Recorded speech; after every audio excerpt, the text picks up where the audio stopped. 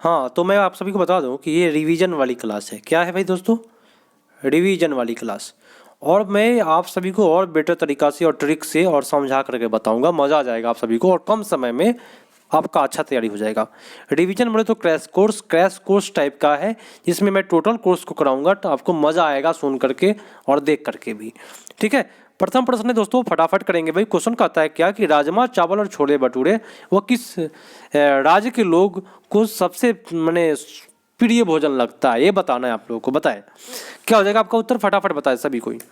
तो मैं आप सभी को बता दूं कि राजमा चावल की कभी भी बात आती है तो आपका उत्तर जो चला जाता है वह पंजाब की बात आ जाती है। ठीक है, छोले भटूरे की बात आ जाएगा तभी पंजाब का, राजमा चावल की बात आए तभी पंजाब का, तो उत्तर आपका सी पर चला गया। जिन लोगों ने सी किया उन सभी का सही जा रहा है। और नेक्स्ट प्रश्न आपका आ गया फिर से क्वेश्चन, जो आपका दोबारा क्वेश्चन, तेवाड़ा चौबाड़ा है ना, ये सब रिपीटेड क्वेश्चन है, हमेशा रिपीट करता है भाई। 26 जनवरी 2001 ईस्वी को भुज में भूकंप के झटके लगे थे। भुज किस राज्य में है भाई? भुज राज्य यहाँ पे पूछ रहा है। तो कभी कभी पूछता है कि भाई गुजरात में, ये तो गुजरात में है ही, काफ़ी लोग का उत्तर सही जा रहा है। तो गुजरात में कब भूकंप आया था? तो आप लोग याद रखिएगा 26 जनवरी 2001 को। एक और क्वेश्चन पूछता है कि गुजरात में कहाँ आया था? तो भुज में आया था। ठीक है, और कभी भी देखिए, कभी भी क्वेश्चन में ये दिखाई देना, ये वाला वर्ड 3 से 3.5 मीटर की ऊंचाई पर जो घर बनता है, ढलुआ छत होती है, उसको हम आसाम करके आएंगे। असम में सबसे अधिक बारिश होने के कारण वहाँ पे लोग बांस के खंभों पर 3 से 3.5 मीटर ऊंचाई पर घर बनाते हैं लोग। तो जिन लोगों ने यहाँ बी किया उन सभी का सही जा रहा है। अगला क्वेश्चन है नगर कोइल का क्वेश्चन है भाई। नगर कोइल वाला ना, नगर कोइल वाला नहीं है भाई, डिस्प्ले छोटा होने के कारण जिसकी वजह से मैं नहीं बता पाता हूँ, आप सभी को पता है। और ये भी क्वेश्चन डिस्प्ले वाले हैं। ठीक है, अगले प्रश्न पर आ जाइए। जो डिस्प्ले वाले छोटे छोटे प्रश्न है, मैं उन सभी को करा, छोटे नहीं मतलब कि जो पेडागोजी है, ऑल पेडागोजी मैं कराऊंगा, वो भी ट्रिक से, पता है ना आप सभी को। चलिए, तो जिस क्वेश्चन में कहूँ कि नोट कर लीजिए तो नोट कर लीजिएगा। मुख्तारपुर बोले तो पुच्चमपल्ली गांव में है वह। इस जिले के ज़्यादातर लोग परिवार में बुनकर है और उनके द्वारा बुने गए कपड़ों को पोचमपल्ली कहते हैं। सुनिएगा, और ये जो जिला है वो ये जो राज्य है वह कहाँ चला गया था? पहले तो आंध्र प्रदेश में था, लेकिन अब आंध्र प्रदेश नहीं करेंगे, अब तेलंगाना करके आएंगे तभी सही जाएगा, नहीं तो गलत हो जाएगा। क्योंकि ये जो गांव है वो तेलंगाना में बट गया है, तेलंगाना में चला गया है। जब भी बंटवारा हुआ ना आंध्र प्रदेश और तेलंगाना का, तब से तेलंगाना में चला गया है। ठीक है, अगला क्वेश्चन, नीचे दिए गए एक शहर है जहाँ पे केवल खजूर, एक प्रकार के खजूर ही वृक्ष दिखाई देते हैं। तो सबसे बेटर उत्तर मैं आप सभी को बता दूं कि अबू धाबी। आप आराम से करके आइए, खजूर की बात जब भी करेगा तो अबू धाबी करके आएंगे। तो जिन लोगों ने यहाँ डी पर जा रहे हैं उन सभी का सही जा रहा है, बहुत अच्छी बात है। अगला प्रश्न है दूरी दिशा का प्रश्न। मैं बता देता हूँ कि भोपाल गांधीनगर के ठीक पूरब में है। बात सही है, गांधीनगर यहाँ है तो भोपाल जो है यहाँ पे है। ठीक है, ये क्या है? भोपाल है।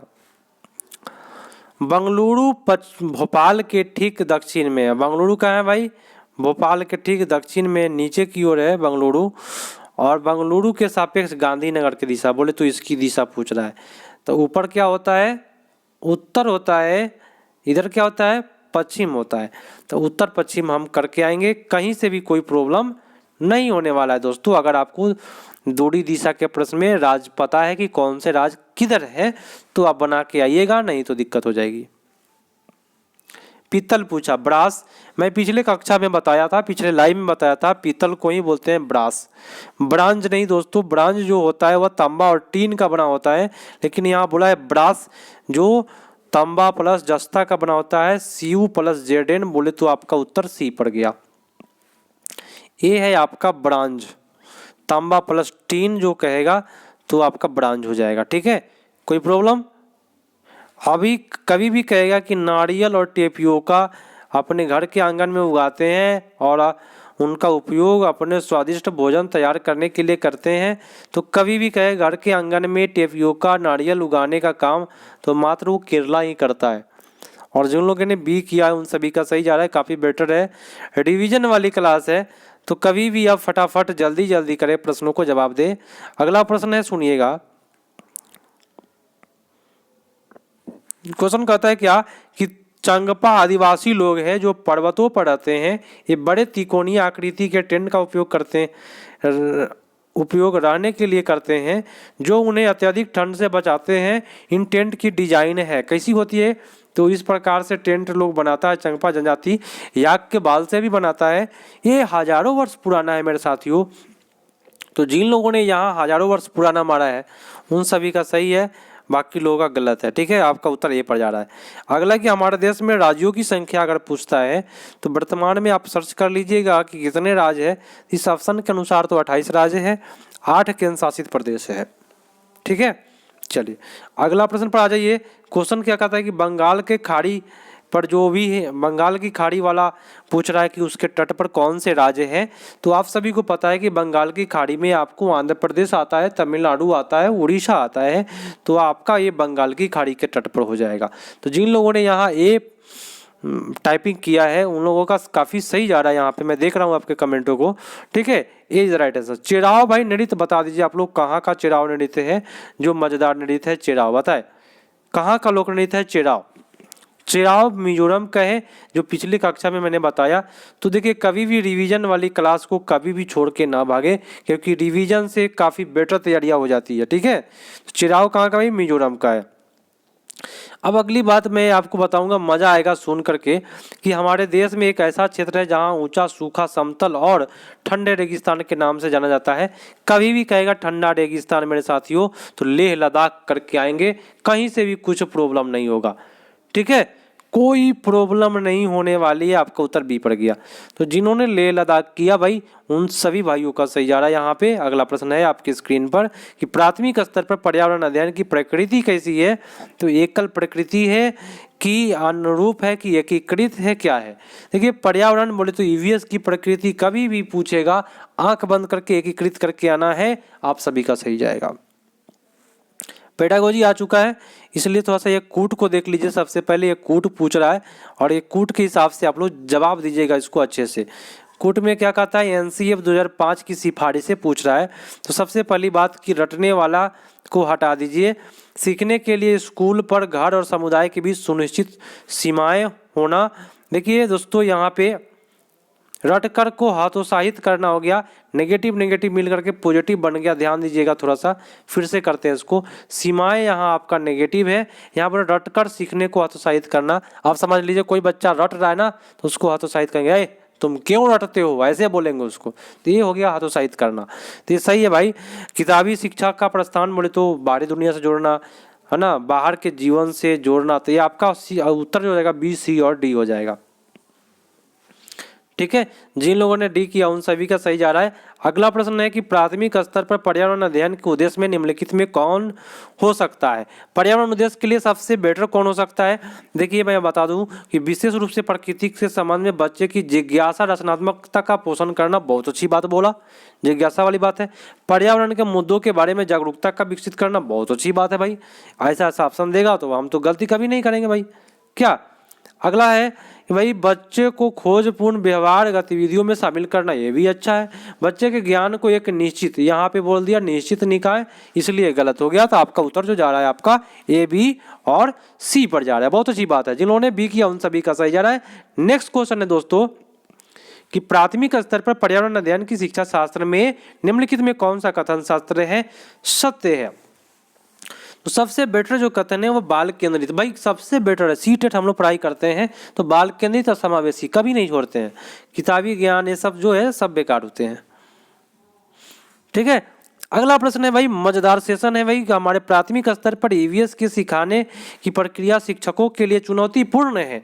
चुनौतीपूर्ण है कि बच्चे के लिए रचनात्मकता पहल करने के लिए। मेरे प्यारे साथियों चुनौती कैसे होता है, देखिए चुनौती तब होगा जब हम बच्चों के लिए रचनात्मकता पहल करेंगे ना तो चुनौती होगा, क्योंकि रचना निर्माण करना एक प्रकार की चुनौतियां हैं। ठीक है, रटकर सीखना क्या चुनौती है भाई, कुछ है।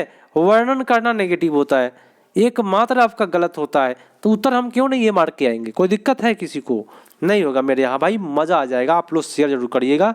निम्नलिखित में कौन सा ईवीएस सीखने का अधिकतम सुविधा प्रदान करता है। ईवीएस सीखने में सबसे अधिक सुविधा जो प्रदान करने का काम करता है वह कहानी एवं व्याख्या रहता तो गलत होता। आख्यान जो है वह बेटर होता है। आख्यान क्या होता है दोस्तों? बेटर होता है। विवरण नेगेटिव, ठीक है, परीक्षा नेगेटिव, संदर्भ पुस्तकें सही है, लेकिन सबसे बेटर जो है ईवीएस के लिए मैं आपको बता दूं कहानी और आख्यान हो जाएगा। जिन लोगों ने बी किया उनका सही जा रहा है। अगला है कि निम्नलिखित में कौन सा प्राथमिक स्तर पर पर्यावरण अध्ययन के पाठ्यक्रम के विषय का है? तो सबसे पाठ्यक्रम का विषय कौन है पर्यावरण अध्ययन के लिए? तो मैं आपको बता दूं परिवार और दोस्त जो है वो सबसे क्या है, वो बेटर माना गया है। थीम भी है ना, जल संरक्षण ये सब नहीं है आपका। अगला है आपका कूट दिया हुआ है और इसको अच्छे से बताएंगे हम लोग, समझाएंगे। क्या करा है कि ईवीएस में क्रियाकलाप करके सीखने अनुभव प्रदान करने के लिए आयोजित किया जाता है, क्योंकि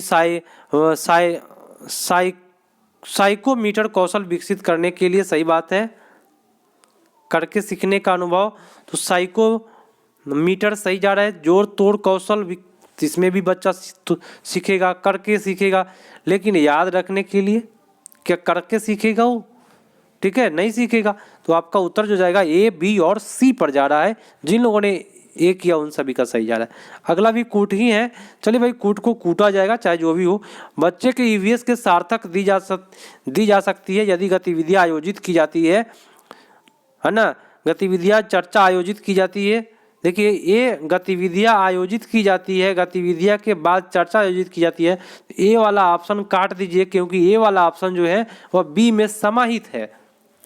शिक्षक द्वारा बच्चों के स्थानिक संदर्भों के अनुसार गतिविधि संचालित करता है। सही जा रहा है। बच्चे के डिजाइन किए गए कार्यों के समूह पर शिक्षक द्वारा बढ़ावा दिया जाना चाहिए। जब बच्चा डिजाइन करे तो शिक्षक का गुण है कि शिक्षक उसको बढ़ावा देगा। तो आपका उत्तर बी, सी और डी पर जा रहा है।